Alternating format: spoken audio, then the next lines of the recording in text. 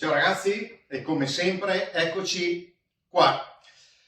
Oggi parliamo dello sfiato forcelle. Ok? Alcuni hanno presentato dei problemi dovuti a indurimento delle forcelle. Allora, solitamente nel cross questa operazione viene fatta regolarmente ogni volta che si va giù in pista. Nell'enduro o nel fuoristrada è una cosa che viene sentita e viene fatta poco, ma è una cosa molto importante. Le forcelle, lavorando, vanno a prendere aria. Quest'aria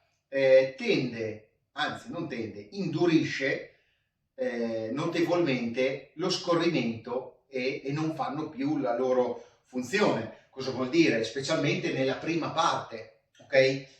Quindi sfiattare le forcelle è un'operazione che andrebbe fatta regolarmente.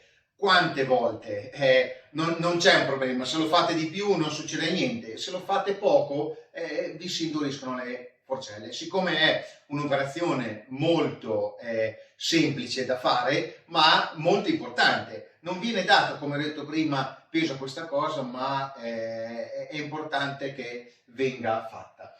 Allora, solitamente lo sfiato delle forcelle deve essere sempre fatto su cavalletto centrale. Non so se vedete com'è il mio KTM, è sul cavalletto centrale, bisogna scaricare le forcelle e andare a fare lo sfiato. Bisogna farlo a forcelle fredde, quindi lo fate prima di partire. Prima di partire magari voi avete il vostro routine, togliate la catena, sfiatate le forcelle. Io non lo faccio sopra il cavalletto centrale, adotto alcune precauzioni. Non è una cosa da fare, anzi non è una cosa da fare, bisogna prestare più attenzione a fare l'operazione non sul cavalletto centrale. Perché? Perché se si comprimono le forcelle vi esce l'olio, ok? Io lo faccio senza, sono abituato a farlo, alcuni accorgimenti e non è un problema. Cosa vuol dire? Se no, nel dubbio, sempre sul cavalletto centrale. Io cosa faccio? Ce l'ho sul cavalletto, adesso ce l'ho un po' più alta perché ce l'ho sul ponte, ma non cambia niente. Io ce l'ho sul cavalletto, me la tiro a me in modo da scaricare completamente le forcelle. Poi quando rilascio proprio lentamente, ok? La moto non affonda. Prendo un cacciavite, deve essere un cacciavite abbastanza largo.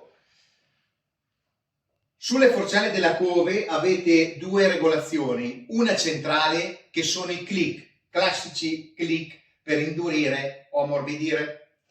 Sopra avete una vite rossa. Questa vite deve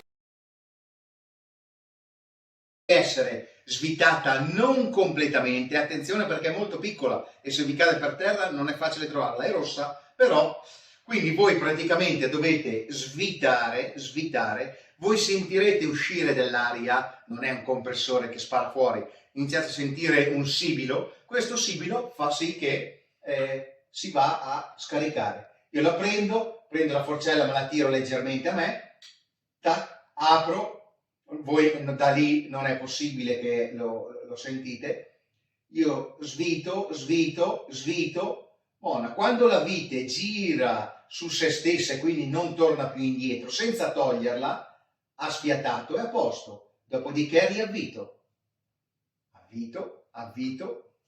Una volta che sono in appoggiato, prendo, tac, gli do un tiro. Non esageriamo, un bel tiro e si blocca. Forcella 1 e forcella 2, ok? Ragazzi, questa operazione, ripeto, nell'enduro, nell'avventuring viene fatta molto poco, ma è importante. Ricordate che nel cross viene fatta tutte le volte che si entra in pista o tutte le volte che si va in uscita.